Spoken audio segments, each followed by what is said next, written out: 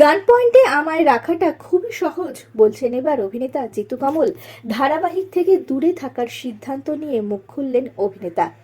আপনাদের সবাইকে স্বাগত সিনে গসিপে। বাই, আবার দেখা হবে অন্য কোনো জায়গায়।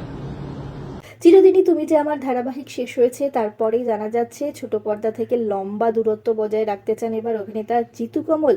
সেই বিষয়ে একটি সংবাদ মাধ্যমে মুখ খুলেছেন অভিনেতা। সেই সংবাদ মাধ্যমের সাক্ষাৎকারে জিতু জানান, এখন তো ফিরবো না বলেই ঠিক করেছি।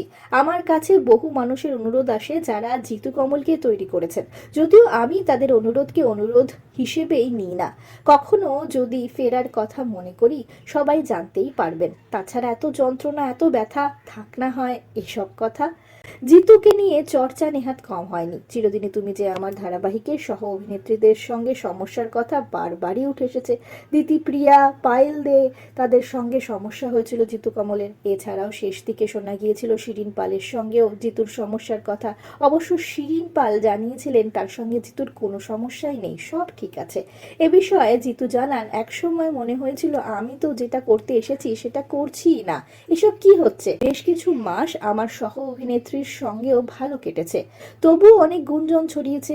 এগুলো আমি জীবনের অবিচ্ছেদ্য অংশ হিসেবেই মনে করি। তিনি আরো বলেন, আমার ব্যাক সাপোর্ট নেই। আমার বাবা তো অমিতাভ বচ্চন, দিলীপ কুমার নন, সাধারণ মানুষ। তিনি আমায় ভালো খাইয়েছেন, বেড়াতে নিয়ে গিয়েছেন, তাই হয়তো গান পয়েন্টে আমায় রাখাটা খুব সহজ মনে হয় অনেকের।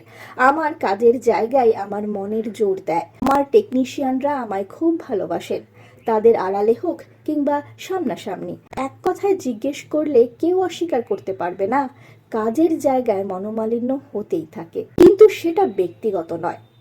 শেষ হয়েছে চিরদিনই তুমি যে আমার ধারাবাহিক। এই ধারাবাহিকের শেষে জিতু জানিয়েছেন আর দেখা যাবে না ছোট পর্দায় তাকে। আপনাদের কি মন খারাপ? আপনারা কি নতুন ধারাবাহিকে আবারও দেখতে চান জিতুকে নতুন চরিত্রে কিংবা নতুন কোনো কাজে? জানাতেই পারেন আপনাদের মন্তব্য কমেন্টের মাধ্যমে। আগামী দিনে বড় পর্দায় এরাও মানুষ নিয়ে আসছেন অভিনেতা জিতু কমল। বাই, আবার দেখা হবে অন্য কোনো জায়গায়। So wrap up. বাই। আমরা হলাম সিনে গসিপ। জুড়ে থাকুন আমাদের সঙ্গে, সাবস্ক্রাইব করুন আমাদের এই ইউটিউব চ্যানেলটি।